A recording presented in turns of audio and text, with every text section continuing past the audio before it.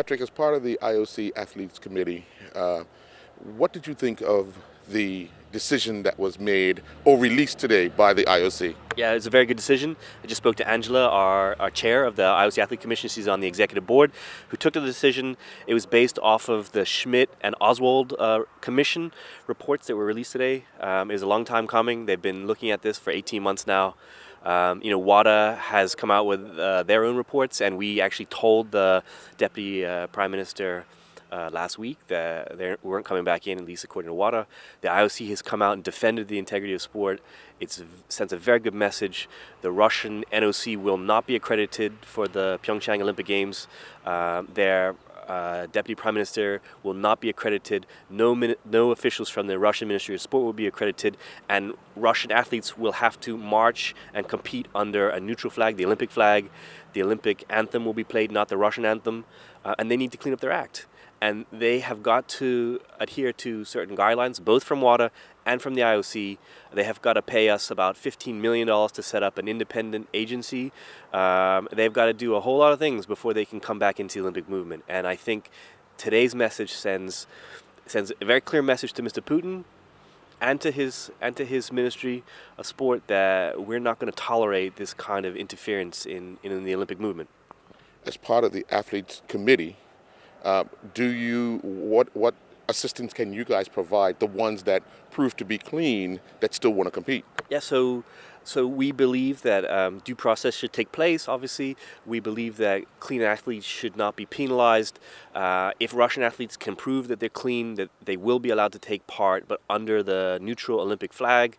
I think they'll be called, Olympic Russian athletes or something like that. But it will not be under the Russian NOC. The IOC Athletes Commission has worked hand in hand with the IOC Executive Board. We are working on medal reallocations for the athletes that were denied their medals due to the systematic doping during the Sochi Olympic Games. We hope that these medal reallocations can take place during the Pyeongchang Olympic Games so that the athletes that were denied their medals get a chance to experience the correct medal. It will depend on the court arbitration for sport and the hearings that are taking place right now.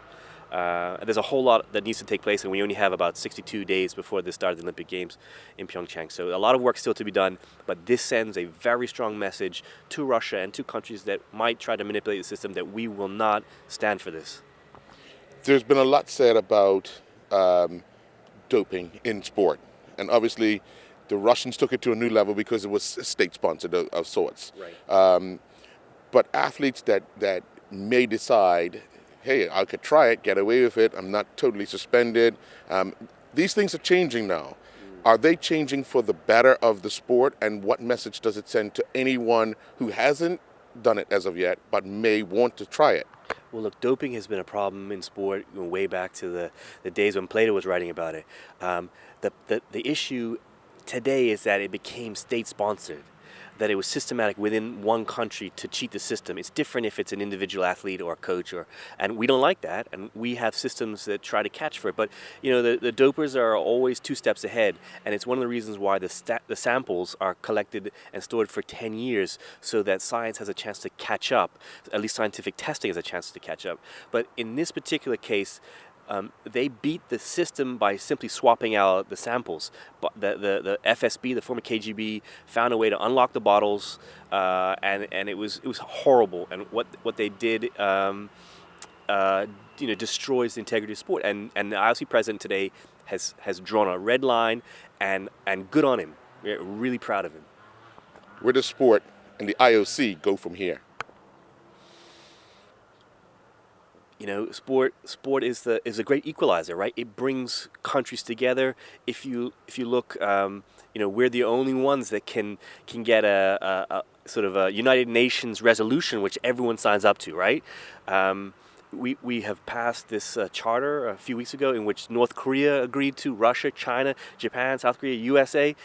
Sport is an equalizer. It brings peace to countries. It allows for hope, and doping is always going to be there. Cheating is always going to be on the periphery, and we just have to find ways to try to stamp it out and ensure that sport is clean and that clean athletes have a fair playing field.